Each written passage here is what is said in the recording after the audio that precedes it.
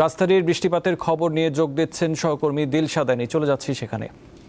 Annie, রাজধানীতে সকাল থেকে তো বৃষ্টি হচ্ছে, জনজীবনে এর কি প্রভাব দেখতে পাচ্ছেন, আর আবহাওয়া অফিস কি বলছে আমাদের জানান। মোজো বিরাট কারবার। মোজো 1 লিটার ও 2 লিটার কিনে তুমিও জিতে নিতে পারো ফ্যামিলি কার, স্পোর্টস বাইক, টিভি, আইফোন ছাড়াও থাকছে লক্ষ লক্ষ নিশ্চিত গিফট।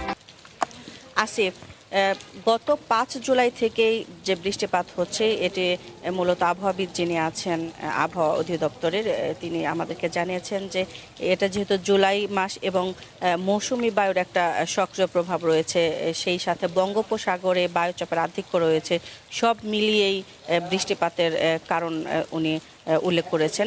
আর জনজীবনের যে প্রভাবের কথা বলেছেন, একমাত্র তারাই আসলে বের হচ্ছেন রাস্তাঘাটে, যাদের প্রয়োজনে বের হতেই হচ্ছে, প্রয়োজন ছাড়া রাস্তাঘাটে বের হচ্ছেন না। আর কর্মজীবী যারা আছেন তাদেরকে আসলে বাধ্য হয়েই বের হতে হচ্ছে। আমরা আসার পথে দেখেছি, ঢাকার বিভিন্ন রাস্তায় দেখেছি, যেমন সরকারি বিজ্ঞান কলেজের সামনের যে রাস্তাটি আছে সেই রাস্তায় আমরা দেখেছি যে পানি জমে আছে, জলাবদ্ধতা সৃষ্টি হয়েছে। সেই সাথে ঢাকা শহরের যেসব নিচু এলাকা আছে, নিচু গলি যেগুলো আছে সেই গলিতেও পানি রয়েছে। তবে গতকালে যে পরিমাণ জলাবদ্ধতা ছিল সেই পরিমাণ জলাবদ্ধতা এখন পর্যন্ত আমরা দেখিনি।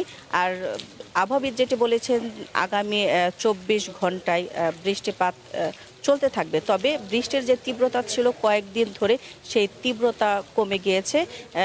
কিন্তু 16 তারিখ থেকে বৃষ্টির তীব্রতা আবার বাড়তে শুরু করবে।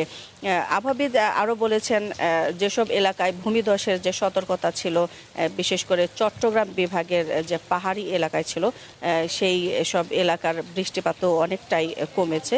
তবে যেহেতু সতর্কতার বিষয় আছে, তারা দুর্যোগ মন্ত্রণালয়ের সাথে সমন্বয় করে তারা সেই কাজটি করছেন, তারা সতর্ক করছেন মানুষদেরকে, এবং তাদের যে তথ্যগুলো আছে, আবহাওয়া যে পূর্বাভাস যেগুলো আছে সেগুলো তারা তাদের মাধ্যমে সেখানে পৌঁছে দিচ্ছেন, তথ্য পৌঁছে দিচ্ছেন। আর বৃষ্টির যে বিষয়টা, রংপুর, রাজশাহী, চট্টগ্রাম, সিলেট এবং ঢাকা বিভাগের বেশ কিছু এলাকায় বৃষ্টিপাত হচ্ছে এবং বৃষ্টিপাত এটা চলতে থাকবে। আর গত 24 ঘন্টায় 97 মিলিমিটার বৃষ্টিপাত হয়েছে ঢাকায়।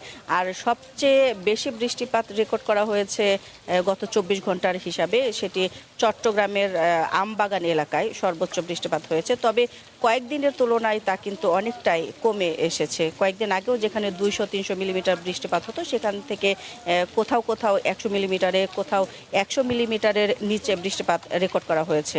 তো আরও কয়েকদিন বৃষ্টিপাত অব্যাহত থাকবে, কিন্তু বৃষ্টির তীব্রতা কমবে, আবার 16 তারিখ থেকে আবার বেড়ে যাবে।